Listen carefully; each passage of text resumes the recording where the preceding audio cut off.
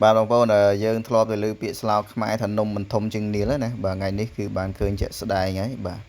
គឺម្សៅនោះគឺគេចំហុយទៅជានំណាហើយនាលគឺដូចក្អមនោះក្នុងនាលអញ្ចឹងនំគឺមិនអាចធំជាងនាលបានទេព្រោះនំធ្វើនៅក្នុងនាលបាទអញ្ចឹងនេះទីតាំងចំហុយនំនេះគឺនៅខាងស្រុកសម្បូរព្រៃគុកខេត្តកំពង់ធំបាទអញ្ចឹងគឺថាពួកខ្ញុំធ្វើដំណើរពីភ្នំពេញទៅរតនគិរីក៏ឈៀងចូលទៅលេងនៅម្ដុំប្រាសាទសម្បូរព្រៃគុកហ្នឹង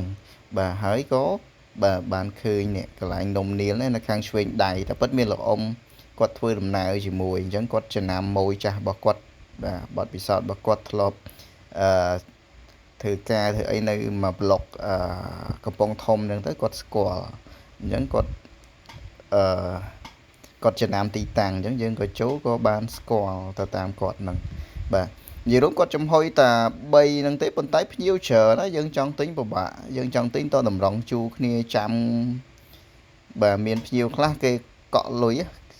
គេឲ្យលុយហើយបានគេទៅលេងប្រាសាទហើយមកវិញគេចាំយកនំបានគេចូលយកនំដោយសារមនុស្សច្រើនមានភ្ញៀវទេសចរមានអីចូលទៅថតកន្លែងគាត់ចំហុយនំនេះខាងពួកបារាំងពួកអីណាបាទគេចង់ឃើញចង់ស្គាល់ព្រោះជានំប្រពៃណីជាអត្តសញ្ញាណមួយរបស់ខ្មែរយើងណាពីដើមហើយរសជាតិរបស់វាស្តៀងនឹងនំអាកោដែរបងប្អូនណារសជាតិស្តៀងគ្នាហ្នឹងវាមិនជាឆ្ងាញ់អី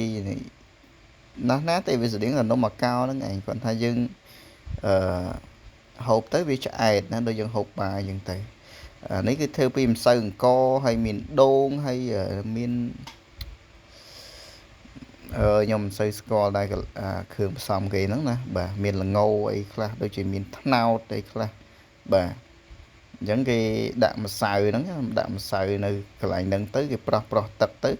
ហើយគេគ្របដល់ពេលវាឆ្អិនគឺវារឹងទៅជាដុំមិនរឹងទេចង់និយាយថាវាដូចបាយដំណើបអញ្ចឹងបាទអញ្ចឹងយើងហូបបានហើយផុយបាទអញ្ចឹងភ្ញៀវច្រើនណាបងប្អូនរាប់សិបនាក់ហ្នឹងនៅពីក្រោយខ្ញុំតែខ្ញុំអត់ថតជាប់កុំឲ្យជាប់មុខគេចូលទៅក្នុងប្រព័ន្ធផ្សព្វផ្សាយណាបាទប៉ុន្តែភ្ញៀវច្រើនណាចូលតម្រង់ជួគ្នា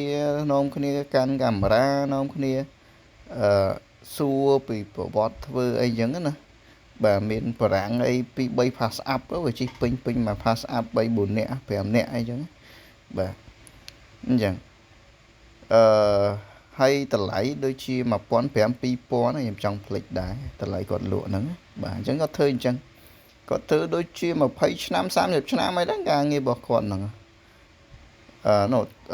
ដោយសារពួកខ្ញុំដើរជាមួយលោកអ៊ំម្នាក់ដែលគាត់អ្នកធ្វើការនៅនឹងយូរឆ្នាំហ្នឹងគាត់ស្គាល់ហើយគាត់ប្រាប់ប្រវត្តិហើយគាត់ចំណាំតាំងពីគាត់នៅដូចជាវ័យកណ្ដាលរហូតដល់គាត់ចាស់ហើយគាត់នៅចំណាំកន្លែងហ្នឹងគាត់ចូលទៅបាទនេះអង្គហ្នឹងអង្គគេកិនឲ្យទៅជាម្សៅអញ្ចឹងយកទៅលាយជាមួយដូងជាមួយត្នោតជាមួយល្ងអីចឹងណាបាទគេចំហុយអញ្ចឹងទៅជានំមួយគេហៅនំនីលបាទហូបទៅឆ្អែតដូចបាយអញ្ចឹង